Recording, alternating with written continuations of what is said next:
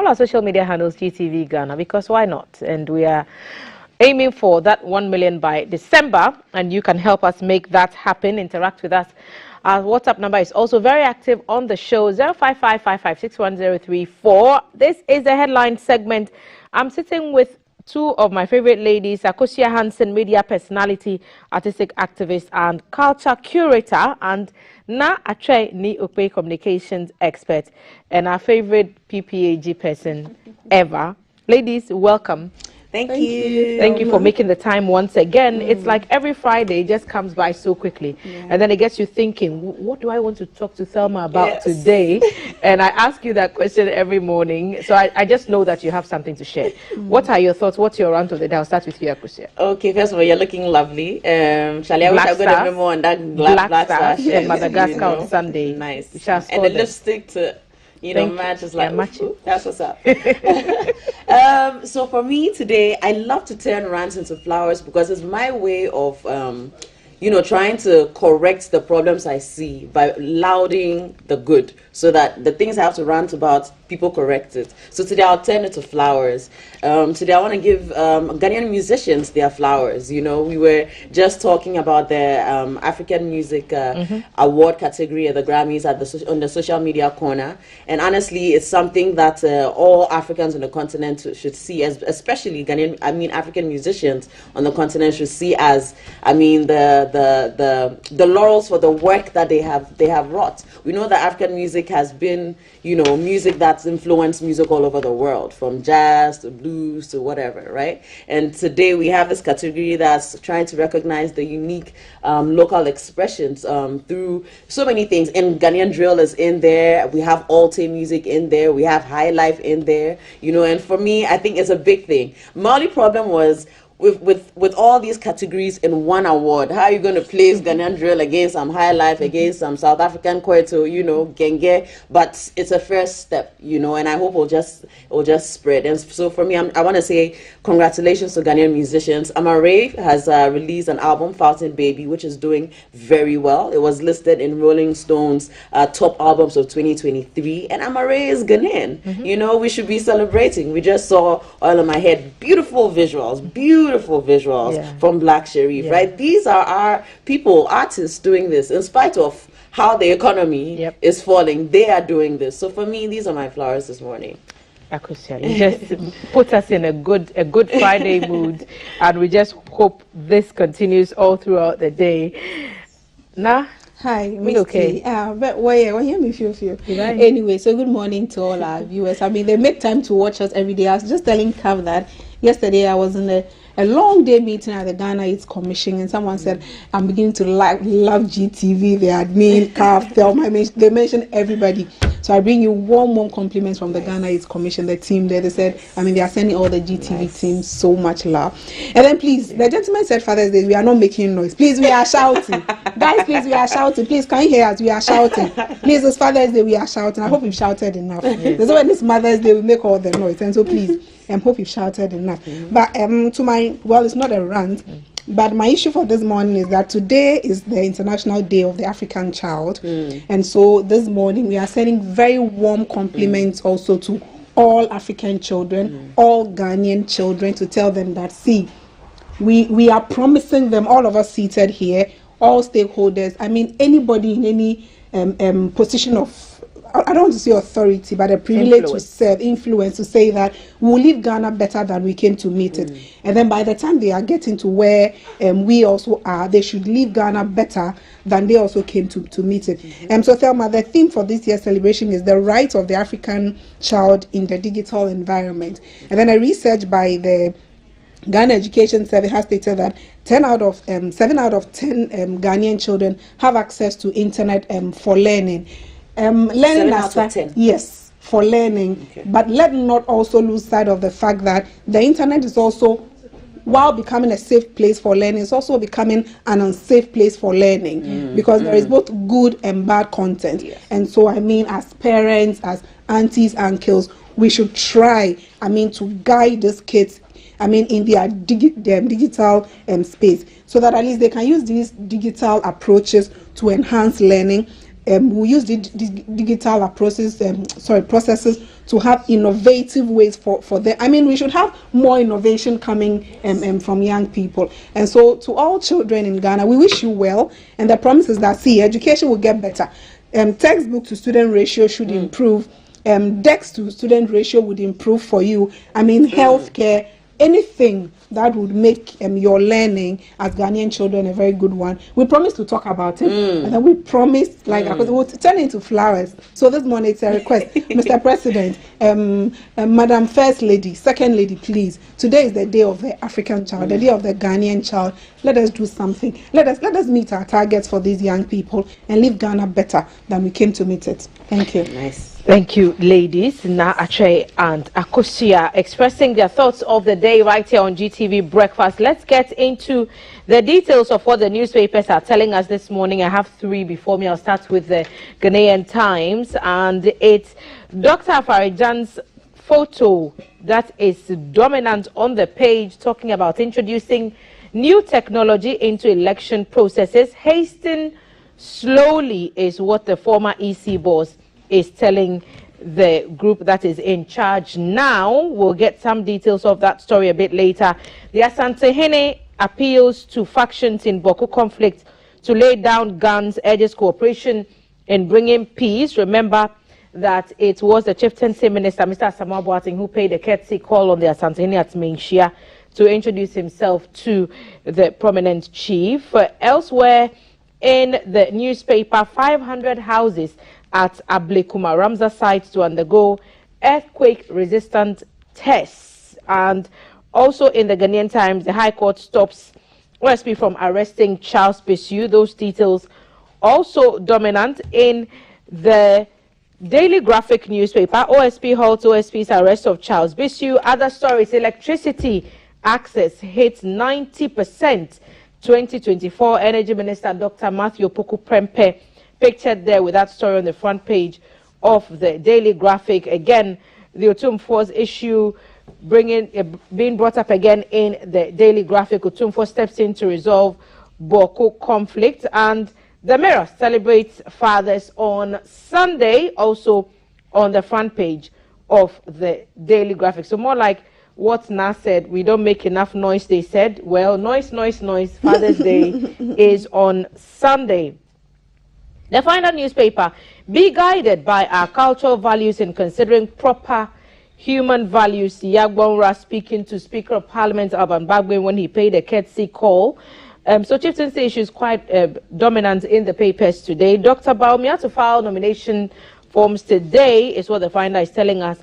And this is an issue of concern. We've been talking about it for the past couple of days about fraud when it comes to finances. The final newspaper says 82 million Ghana cedis stolen from financial institutions and Momo accounts. 188 staff of financial institutions are part of the criminals. So if those people are found guilty, they all need to face the full rigors of the law. Elsewhere in the final newspaper, fraudsters steal 26 million Ghana cedis from mobile money accounts in 2022, an increase of 117%. So people are stealing money from people's Momo accounts. And I wonder how people don't notice when monies go out of their Momo accounts, but we'll get some details later. So electricity access in the news, Otumfuo on the Boko conflict in the news. The court is halting the arrest of Charles Bisiu as the OSP goes on that tangent. So the OSP has also come out to state clearly that it has the powers of arrest. The court says it does not. So let's see where that story goes. Asin North by-election, EC concludes balloting, and we are told that the NPP would be in the top position and the LPG candidate is second and the NDC candidate would be third on the ballot. An independent candidate who was supposed to have been fourth has withdrawn from the race. We'll get some details later. Professor Amartey Edu was an outstanding writer and advocate. The president making those assertions there yesterday when the family called on him at the Jubilee House to announce the date of the funeral. We are told that she will be accorded a state honor to send her off. New technologies by the EC. MPs call for closure of witches' camps. And I've heard the MP Honorable Jifa Gomashi making these calls, rallying her fellow MPs to come along on that journey to close down the witches' camps and stop the inhumane treatment that they undergo. Speaker questions barring of chiefs from politics. Should chiefs be allowed to take active part in politics?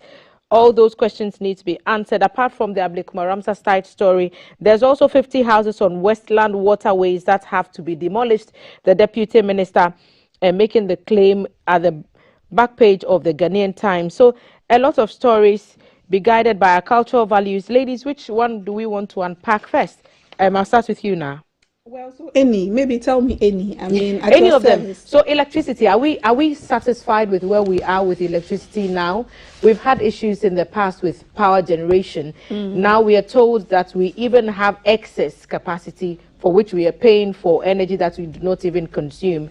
So is it comforting? Recently, just this week actually, the Gridco got a new substation in the Accra area, and we are told that it would help industrialization in general. But now Energy Minister is saying by next year we'll have 90% electricity access. I'm guessing it's across the country, and surely that should be of some comfort to us. I mean, I agree with you. So for those of us who have always lived with electricity, maybe this may mean nothing, but for people who have never seen electricity and then now you have access to it, it is everything. And like you said, it should give us real tangible results. Electricity access should be able to give us, I mean, industrialization, create the jobs we need. So it's not just about access, that bebre or hoppy, but in the abundance of it, are there people who still have lack? I don't know if you understand what I mean. So there is access, 90% access to electricity. Industries are still struggling.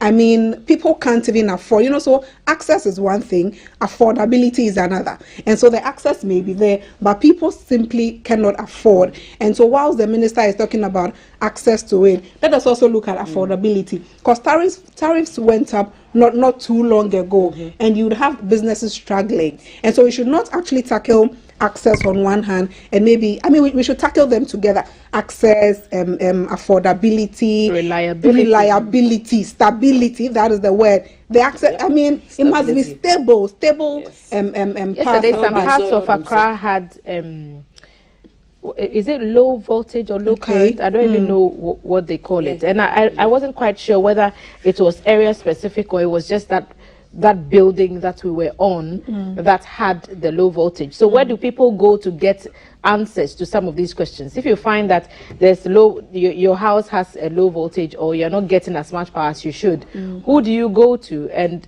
at what time of the day will they be available to restore the power to full capacity for you? Well, so you see, sometimes, I don't know, it comes back to the systems that we manage. And so maybe because I have saved the toll-free number of the ECG on my phone, it is easy to get them. But somebody who does not know where to go, I mean, people's light go off, and sometimes they're unable to tell where to go, what to do, and then they're like, okay, maybe it's a problem. They'll come and figure. People simply do not know where to go. But the thing is that the ECG offices, per what I know, I mean, they are open the ordinary 8 to 5. When you walk in and you make a complaint, I mean, they would always come. If not immediate, they will tell you, okay, go, which area, would come there around this time. And I've seen instances where that same day that you make to go make the complaint, they have come to actually have a look at it. But like I was saying, so Thelma, it must translate into tangibles. Access must create, it must create jobs. It must make life, easier. And I don't know how soon the minister promises for us to get maybe 99%. Come on, we must get there. The song is saying that, so let me read a bit of this story. Access to electricity is expected to reach 90% by the close of next year. The Minister for Energy, Dr. Matthew Opoku Prempeh, has said, he explained that the current level of access was 88.75%, and by next year, the country would hit the 90% mark, making it possible for the nation to achieve universal access by 2025. So universal access by 2025 is the goal. We have barely a couple of years to achieve so by that universal, target. You mean the whole of Ghana should have electricity? That's what I would interpret it. If it's so maybe national access by 2025. Well, so we'll be alive by 2025 and come and see if people in very rural areas still have access, have gotten access to electricity. I'll keep my thoughts there and let Akosia. I'm excited that we are even talking in this context. We are talking. He was speaking on powering a sustainable and digital future for West Africa using the pioneering cases of the Bui Power Authority Ghana. And Dr. Poku Prempeh said the country was also on course to achieve 10% contribution of renewable sources to the generation mix by 2030. That is the part that excites me, because renewable energy is clean energy, it's green energy, and it has less impact on the environment that we are trying to protect for posterity. So how does that make you feel, Akosia? I mean, anything renewable is good. You know, I think you said everything you need to say about this topic. But what you mentioned about the low current situation, I think it's a problem that started over the weekend. My area also, for the whole day on Sunday, was low. I don't know if it's low current or low voltage, and then so some parts of the building had their lights off completely. Some parts had their lights on, and then those who have their lights on, some of them have, it's very low. So if you use your microwave, for instance, it doesn't heat anything. And then so usually when that happens, then the whole building, everything, the lights have to go off completely and then come back on, and then you have it at the pace. So I mean, if we are going to be talking about this, as all of these issues, everything she's mentioned, accessibility, stability. You know, it's a globalized world. Hey, like I remember when I was studying for exams and stuff in uni, and then you get light off and then you're using a candle. I used to study with the candle, and then the candle will burn my head just to get some education, just to get a degree. I know. Yeah, in Accra? Oh, yeah, in Accra, yes. University of Ghana. Our University of Ghana. Yes, you know. And then at home too, because I'm at home learning, and then the lights will go off. You have exams, you have things to read. And for me, I always felt the depth of, hey, I'm competing with these people from all over the world, and where I am right now, my lights are off. You know, and these are the people I'm trying to compete with on a global stage, get, you know, get to certain and you are levels. Lucky you are in Accra. There's relatively better power supply in many parts of Accra than it is in other parts of the country. Some communities do not even have electricity at all. Of course, those efforts being made to get them lighted are on course, but for a lot of people, that is a daily story for them. It's a daily story. So yours is a one-off. Theirs is the constant thing. Yes. So like we said, if this is going to be till 2025, this should be the dream that everyone has access and there's full stabilized electricity. And this was a dream from Kwame Nkrumah from the day of our independence, you know, just to see where we've come. If it wasn't for him, for the building of the dam till now, which was actually what brought Ghana into his first state of debt, building the dam, because of all the money we had to borrow. So yeah, we hope to see the dream fully fulfilled, you know, basically. But I'm very interested in the witch camp story. Yeah, if you could share details on that. There is a witch camp story. So yesterday, the MPs were calling, it's in the Ghanaian Times page number 4. Let me get to that story. And I saw Honorable Jifa Gomashi's photo with that. So page 4, Ghanaian Times, members of parliament have decried the existence of witches camps and have unanimously called for the closure of all such settlements in the country. They said the closure would bring to an end the barbaric and inhumane treatment meted out to the alleged witches, who are mostly old and vulnerable women, rallying her colleagues to demand an end to the phenomenon, which has claimed the lives of some victims. Ms. Jifa Gomashi, the MP for Ketu South, said it was an affront to human rights and dignity of victims for such barbaric acts to be visited on them. In a statement on the floor of the House yesterday, to mark this year's International Day of Older People, the Ketu South MP said state actors must enforce laws that protect the rights of older people and punish those who abuse them to serve as a deterrent to others. It is shameful, Ms. Gomashi said, for law enforcement agencies to look on unconcerned for the rights of the elderly and vulnerable to be abused in the name of cultural practice. Having contributed to their respective quotas in diverse ways in the development of the country, the MP said the vulnerable in society needed protection. And she had other people backing the call. Isunafo South MP, Mr. Eriko Poku, also joining. Dr. Frida Prempeh, MP for Tano North constituency, also supporting. And Mr. Samuel Okudjeto Ablakwa, MP for North Tongue, also joining calls for the witches camps to be closed down. The MP for Takoradi constituency, Mr. Kwabena Otre Dakumensa, also agreed with the assertion by the Ketu South MP that the witches camps should should be closed down. But you see, when the calls for closure comes, you ask yourself, where do they go? Good question. Very good question. Because these communities, in some cases, chased women out, forced them to flee. Some are seeking refuge, literally, in the witches' camp. Because if they go to the community which has accused them of being a witch or a wizard, chances are they will not be safe. So as much as the witches' camps are, we don't want to see them, and I totally agree, close them down. But what's the plan to reintegrate them? And that's the only question I would. What are you? That was exactly my question. I'm so glad you raised it up, because I watched Yaba Bedu's the Gambaga Witches Camp, the documentary she did on it years ago, and honestly, the very first thing you look at, how can there be a witches camp? How can all of this? But when you go into the details and the nitty gritties and see how they are led there, like you said, they are chased out. Sometimes, what are the causes? So let's talk about some of the causes. Sometimes you find some people in the village seeing an older, successful, rich woman, and because they somehow think they are jealous of that wealth, they somehow place a witch claim on this person, take all her wealth, burn her houses, and then call her a witch, and therefore now she has no place to go. Her family is supposed to ostracize her. There's also situations where though there's some misfortune happens, and all of a sudden we are going to blame the old woman in the house because it's her fault or I had a dream or whatever, and it's her who is causing my joblessness. It's her who is causing me. All of these things are economic problems, economic suffering, and when it's paired with cultural ignorance and all of that, this is what happens. And most of the time, once again, I always say, is women who bear the brunt of these things, right? So therefore, we call them witches, and then they are forced to go. So the camps have been places, in that documentary, for instance, it showed how the camps was a place for the women to escape to. There's a chief there who takes, how should I say, protection over the women over there and in the space. It's not for free. He makes them work for him. So they work on his lands in return for his protection. But for them, it's also, for some of them, it's safe, because at home, if they go, they will either kill them, and they've also burned their houses down.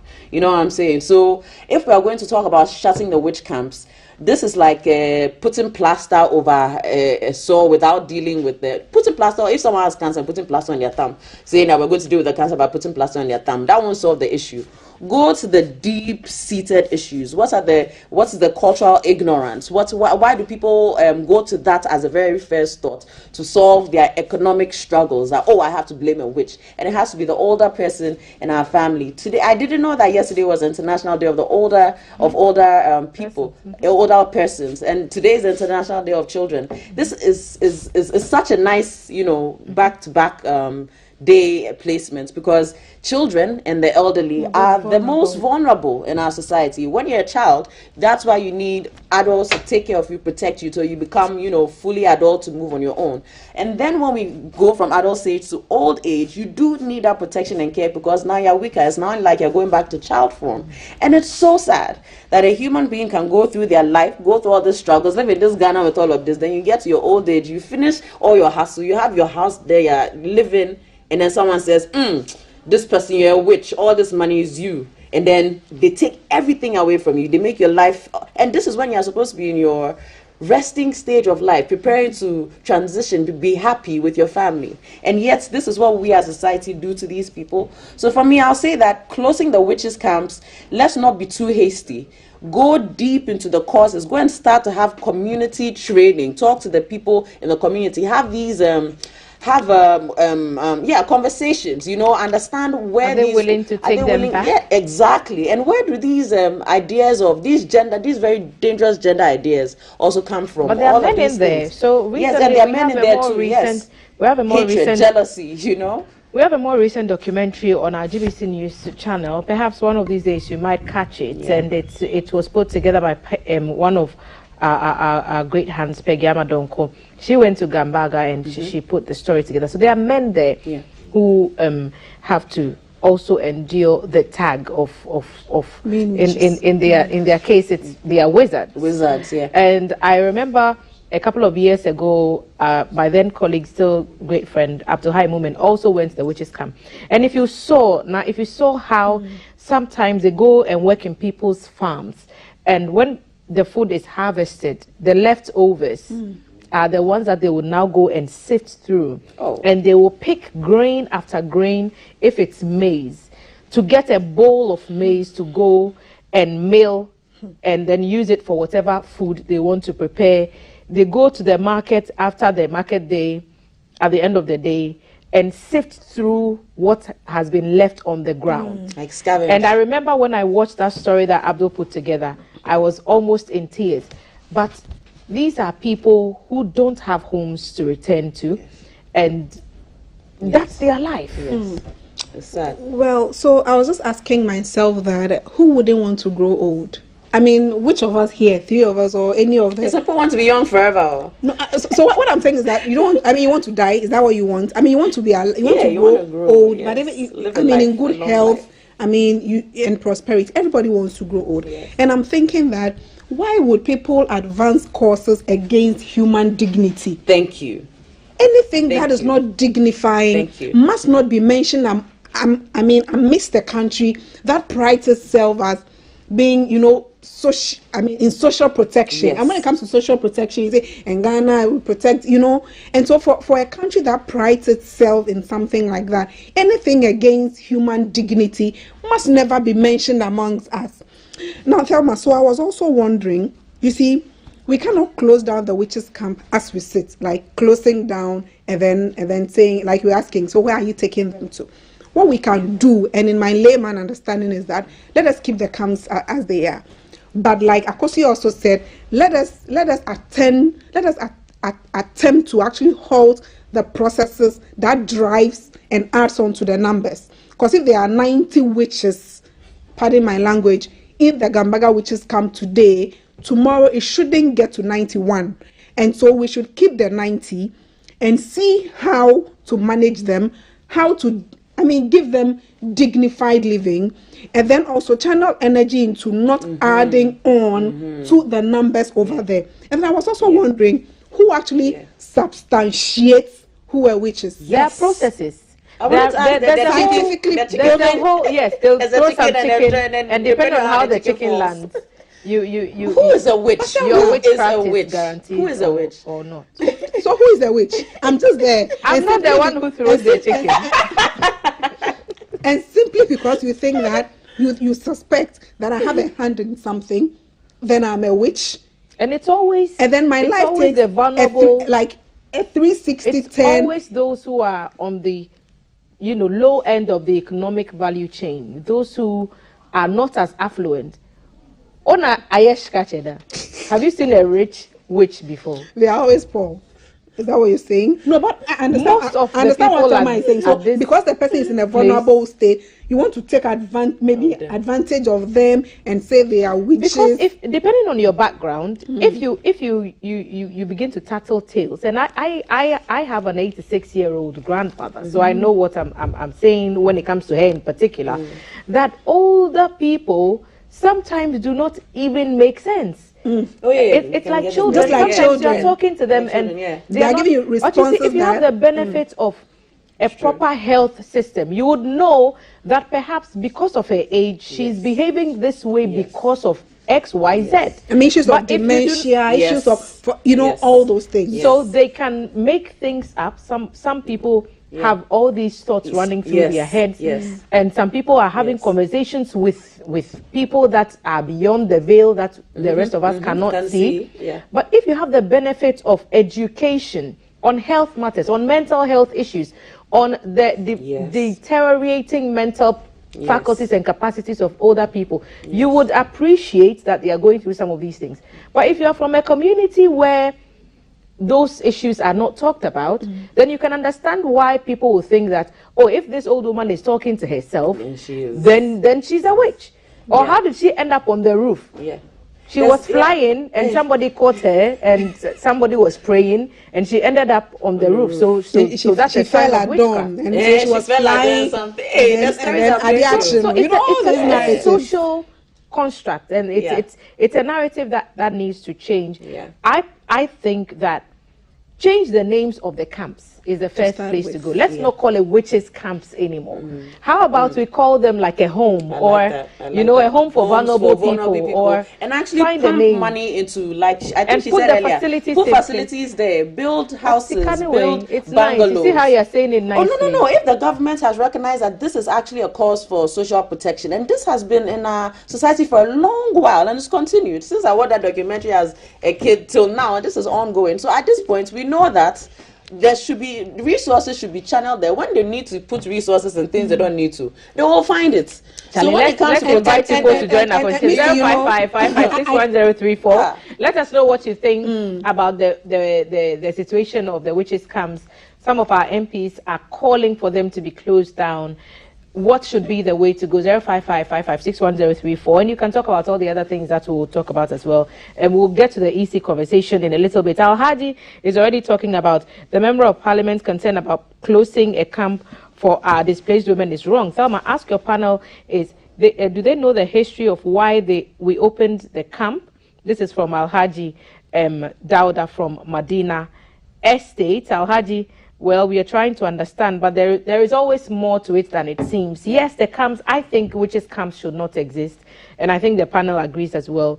We are just asking the question of how do we continue to provide protection and care for the vulnerable men and women who end up at some of these facilities. I don't think this topic we can, there's an end. There's an end to it. So let's get to the EC story. Hastening slowly is what the Ghanaian Times is saying on introducing new technology into the election processes. Page 12 of the Ghanaian Times. Former chairman of the Electoral Commission, Dr. Kwadwo Afari-Gyan, has advised the Electoral Commission administrators to make haste slowly. And this is a figure of speech. Akosua will tell us which one it is in a minute. To make haste slowly in the introduction of new technology into election processes, he advised them to first consolidate gains with ones already in use before deploying new ones, which must be well suited for the needs and demography in order to avoid bigger challenges. He was delivering a keynote address at a round table at the University of Ghana yesterday, and he said that as much as technology aided elections, it was advisable to have a tech-assisted election than a tech-driven one. So tech-assisted versus tech-driven, and the discussion was organized by the Department of Political Science to mark its 60th anniversary, and it was on the theme Election Technology and the Future of Election in Ghana. Going on to explain his caution further, Dr. Afari-Gyan said maintenance and sustainability were costly, as well as finding the perfect one to fix a particular need, which was not readily available. So he goes into a few scenarios in that story on page 12 of the Ghanaian Times. Hasten slowly when it comes to introducing new technologies into the election processes. Has technology helped us in our elections? I'm sure you would say yes. I'll start with you now. So I was waiting for Akosua to explain to me why. Hasten slowly. Yes, because I mean hasting. It's an oxymoron. Hey, okay. Please, my English literature teacher should forgive me.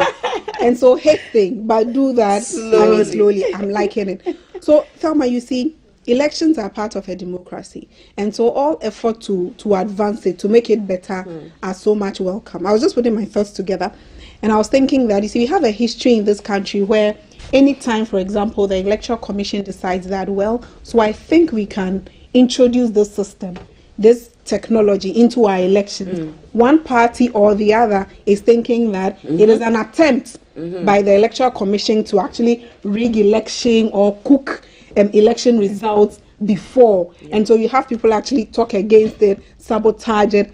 But I like the term you used, that our elections should not be technology driven. It must be assisted. Because bearing in mind that maybe if it is driven, 3 of us will be able to cast our votes. But your 87-year-old grandmother would never be able to cast her vote. Also bearing in mind that it takes a longer time for some people to actually adapt to change. And so by the time they are adapting, the slow adaptation will shaping public opinion to mean that, I mean, we don't want it. You are wasting money on, forgive my language, useless things. Meanwhile, it is not useless. And so if there is the intention to actually introduce more technology into our election space, it must not start with And so the EC thinks that, well, so we've put together this app to, it must start with some consultations. Tell me, what do you think? Now, what do you think? What do we all think about? Dr. Farijan goes into a scenario. He says the physical environment in which it would be used should be considered. Will all voters be able to use it? Indeed. These need customized technology which is not readily available, so do not rush it. And he said the technology should be tested in a real-time situation before deployment and should be done a year more to an election to give ample time to address challenges. Yes. So he's going on to say the core technology needed were the ones used for accurate capture of voter registration, verification and tabulation of votes, and sending same to the EC head office in real time. He's advising against setting up of many collation centers and proposed the use of technology there because such centers were prime targets for electoral manipulation. And he's also talking about social media, where he's saying that despite its numerous benefits to the EC, political parties, candidates, and voters with respect to information technology, it had become a platform for hate speech and misinformation, and one must be careful in its use. So he's raising some of the stuff that you're talking about now. Will everyone be able to use it? And how long will it take for people to get used to the new technology in order to come on board? And so I'll end my thoughts on his issue on timing. And so if we intend, for example, to use a new technology, it shouldn't be the 2024 election at all.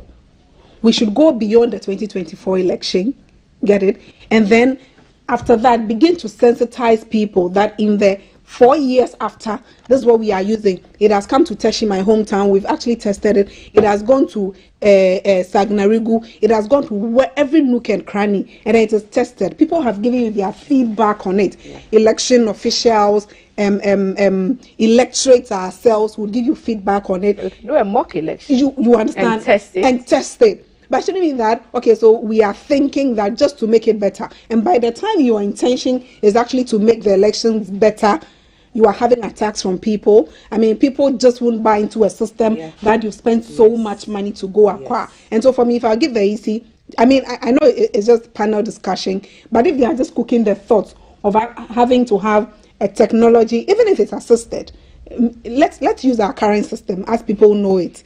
Let's use our current system beyond the 2024 election. Anything you want to do, whether it's technology assisted, whether it is driven, I mean, they're good for all of us. Whilst we are talking about elections, let's remember that the Asin North election is slated for June 27, and the campaign trail is getting heated up quickly. And also we have some district level elections that the EC is telling us will happen in October. October 3 is the date that was announced this week. So let's keep an eye on those things. What do you make of this hastening slowly?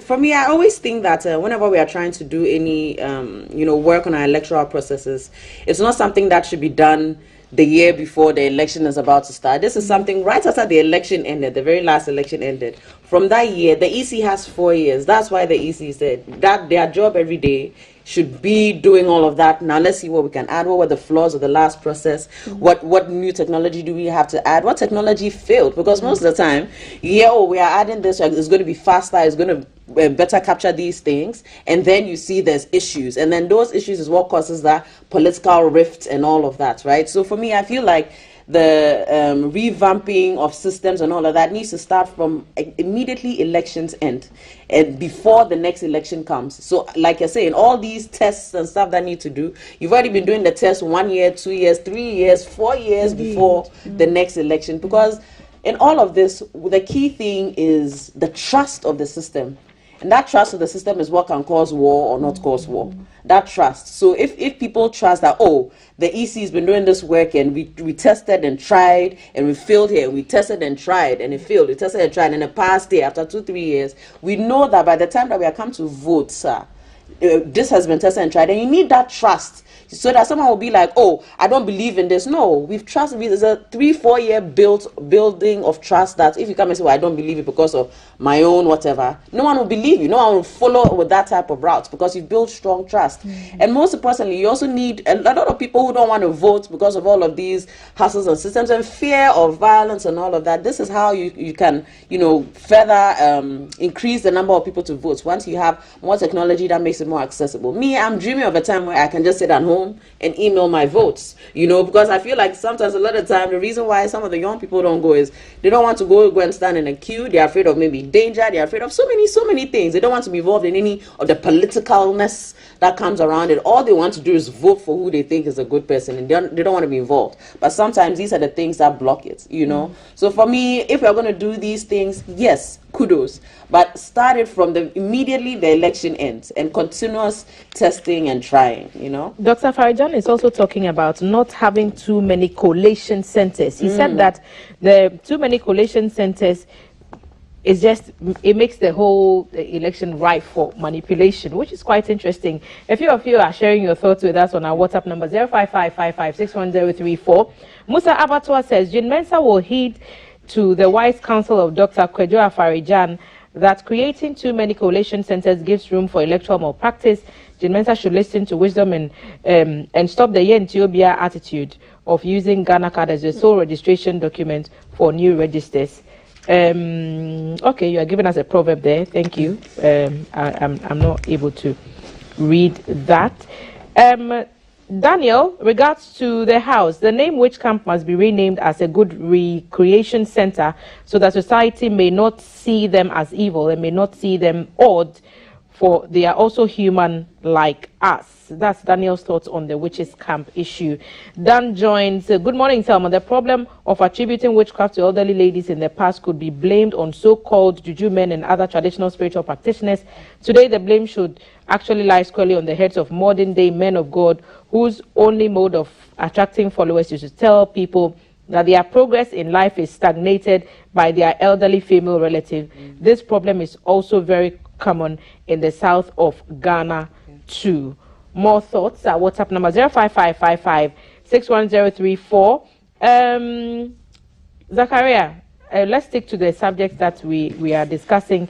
If Ghana were to be a serious nation, we wouldn't dream of okay, Nana Kojo, let's stick to the subject, okay? I don't like for us to deviate too much from the core of what we are discussing, and we just want to see, you know, progressive, constructive discussions of some of these things. For me, I see somebody strongly resisting a new approach because they won't be able to cheat anymore, talking about the electoral processes.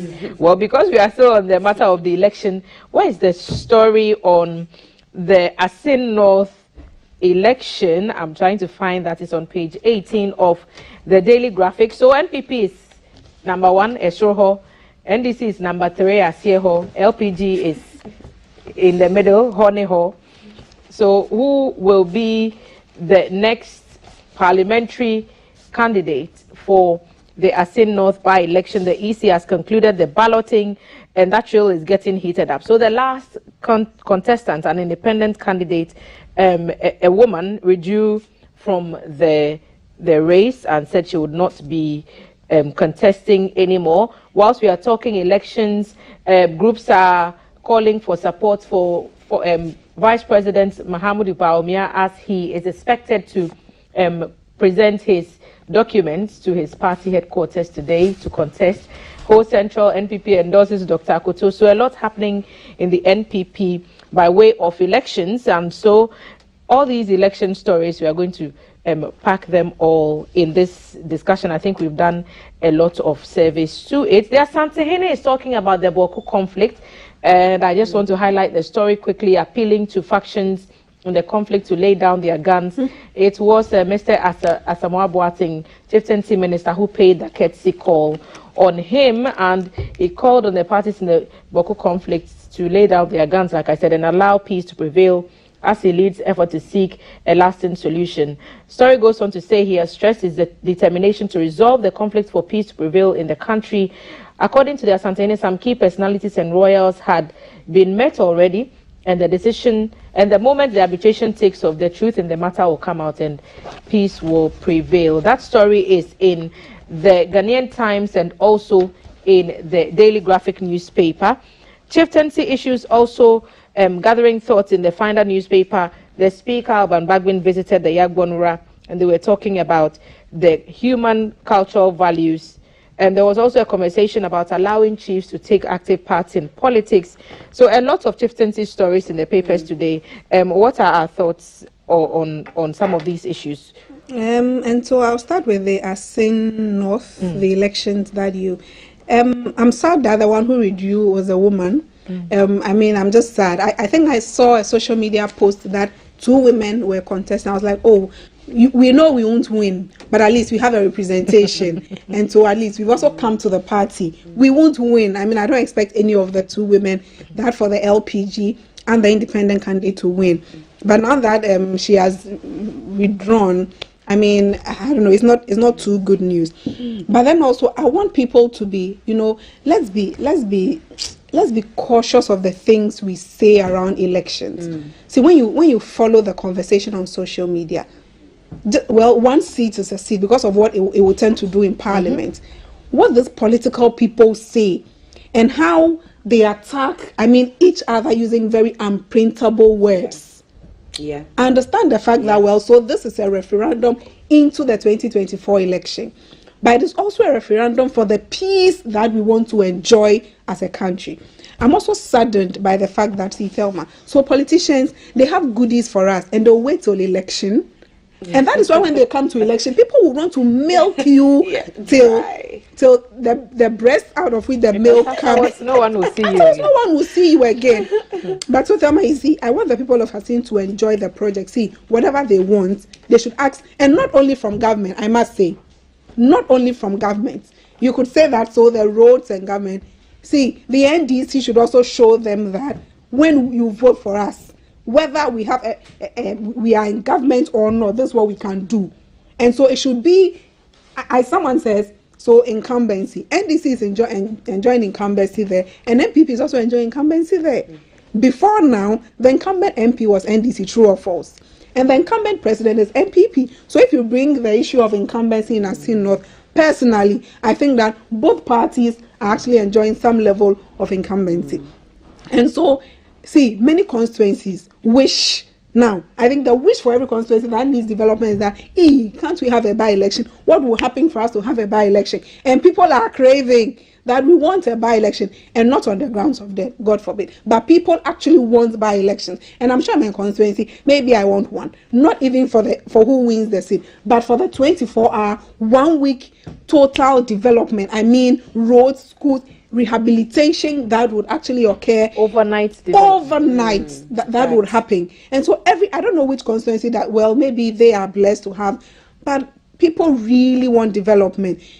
The message that the Asin people should send to the political parties involved is that, you see, when you want us, you come to us. I heard some politicians said, so now I stay in Asin North, and I was like, oh really? You stay there because you want to win the seat. That's where you stay now. Says, yes, I've been there for like the past 1 month or something. 1 month. Yes, you've been there. And so if you don't have a home, it's you are good lodging. for the economy of Asin North. If they are getting all this activity, imagine hotels would be full.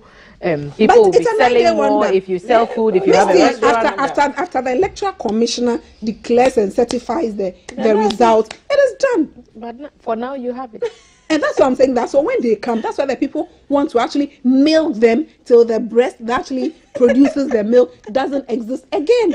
But it means that, what's an image? Yes. Can you picture what I'm saying? You, please do. I'll have your say. Oh, mine is on the chiefs. Like, what are we talking about chiefs in politics? What are we talking about that? Like, what kind of conversation is that? Of Parliament, yes. And then so it's in the Ghanaian Times newspaper. Page 9, let me get it so that we don't, quote the Right Honourable Speaker out of context. Let's see where he's coming from with this. Speaker questions barring of chiefs from politics. Speaker of Parliament, Alban Bagbin, has questioned the 1992 Constitution regarding traditional authorities barred from active politics. He contended that traditional authorities were the custodians of the land and thus there should be a possibility of creating space to allow them, religious leaders and civil society organizations, to play active roles in the politics of the country. And here's a quote: "The real leadership of our society are the traditional rulers.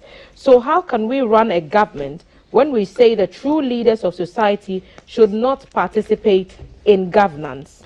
The Speaker questioned the provision in the Constitution when he paid a courtesy call in the paramount chief of the Mamprubu traditional area, Nairi Abdullahi Mahami Buhagu Sheriga, to inform him about some of the activities he will be embarking on as part of programs to mark 30 years of parliamentary uninterrupted parliamentary democracy under the Fourth Republic and the journey so far. He's talking about touting the contributions of traditional leaders to progress, growth and development of the country, indicating that he does not agree with the constitution which bars them from participating in active politics. So he said members of parliament were supposed to work closely with the traditional authorities to champion the development of their respective constituencies. More details on page 9 of the Ghanaian Times newspaper today. I mean, for me, he's right. The traditional rulers are the custodians of the land, right? And which is why they should not be involved in the dirtiness of politics. That is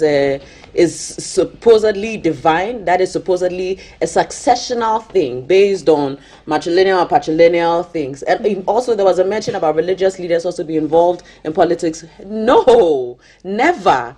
Governments ruling our country should always be neutral, secular, because people come from different religious backgrounds. People come from different traditional areas. So you don't want to have to bring all of that into the dirtiness of politics. Even in chieftaincy, there are conflicts. There are conflicts, and that is why the Asantehene is always resolving one issue after another. And then we are going to add politics and the dirty power that comes with the politics. And for me, if you're a chief, you are supposed to be the custodian of the land. It's not about a power grab, which is why it's successional. They say specific families have been chosen for all these years, so that's why it's by who heirs it, who is the next heir, and all of that. So it's not something that you should take for greed, or because I'm the one who is supposed to sit here, I'm the one who can give away land. See the issue we have with lands in our country, where someone can buy a land and they sold that land to several people, and it's chiefs who are doing this. Imagine the kind of political power that will come with something like that, and how rife things would be. So for me, I don't agree at all that chiefs should be involved in politics. I feel like, if anything, they should have that nice separation, such that they can be free from any dirtiness and actually do the work of being custodians of the land. Politics shouldn't be dirty. For instance, it shouldn't be dirty, first of all, but we see what it is. See Britain, for instance, there's a reason why for the monarchy to survive the way it is, because now monarchies are all extinct. We don't need them anymore. It's now a democracy. We need the rule of the people, putting their voices. So for a monarchy to be relevant, make sure you do not they intentionally have separated the monarchy from the prime minister, from the British government. And this is something that Kwame Nkrumah started, that separation of, let's not give political power to chiefs, because there has to be that cleanliness. There has to be that real true duty. Are you afraid of the scope of their power if chiefs were to be allowed into power? Because they, like the good speaker is saying, they have so much authority in society already. Are you afraid of the widening of the power that they could wield? I'm not afraid of that. What I'm afraid of is the mullying of that power, the dirtiness of that power. I feel like that power is something is a culture we should protect, is a tradition we should protect, and all of that, right?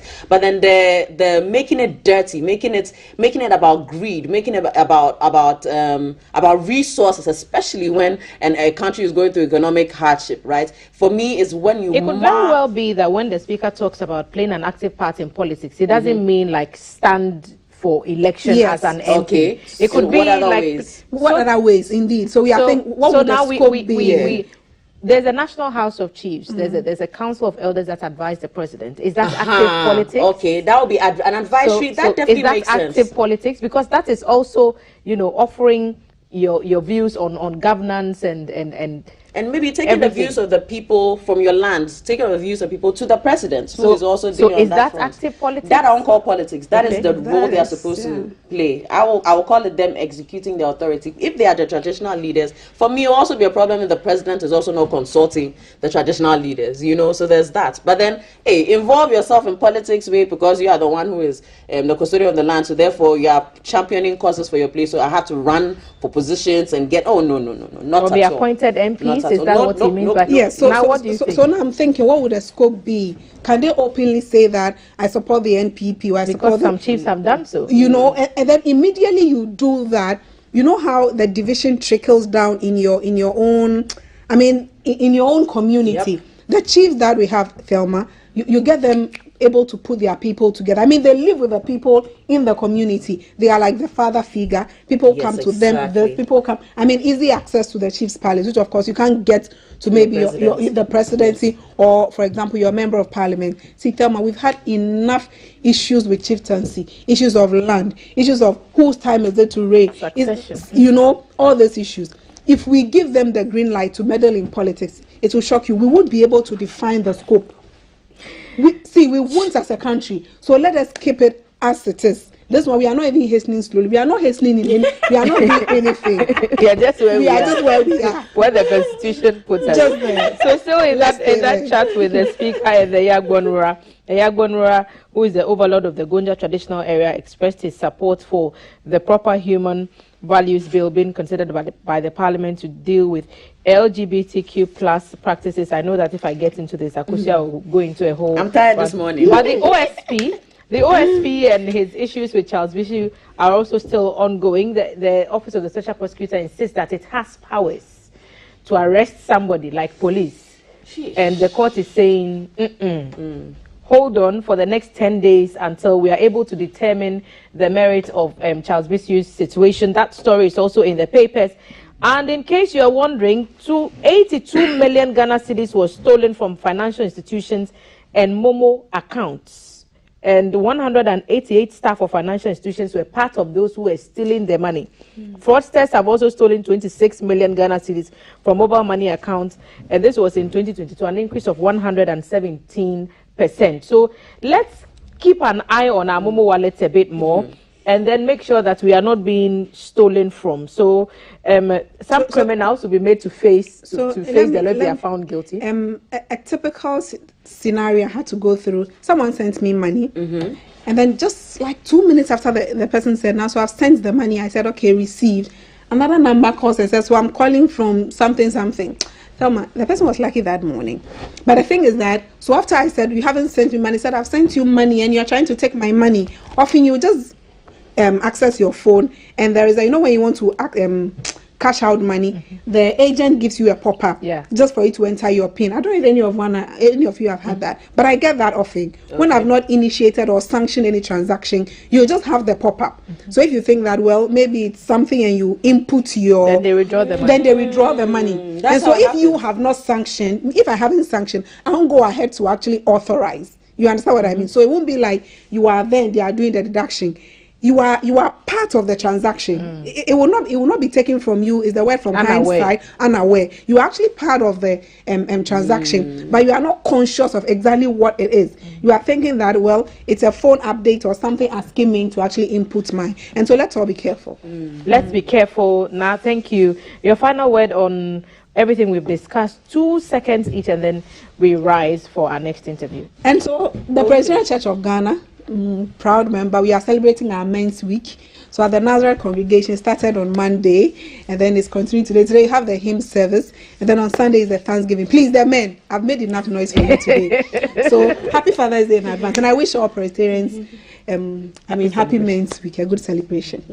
Oh, I want to say happy Father's Day to Daddy. You know, Charlie, people always say, I could say, how do you become a feminist? It's because sometimes a father can raise his daughter to believe in her power, and I am because of Daddy too, you know. So happy Father's Day, Daddy, and I'll call you. I'll call. And next week is Akosia's birthday, so the whole of next week. Yes, Mr. New. Since you said it, please, next week is Akosia's birthday, so we are making Akosia. I'll make noise. I'll collect the Momo on your behalf. I'll make noise for you. No fraud, no media personality, artistic activist, and cultural curator, and now Chenny Okwe, communications expert. Ladies, thank you so much for making the time once again, and thank you for being a part of our conversations right here on GTV Breakfast. Continue following our social media handles. Breakfast Show will continue right after the break. We'll be right back.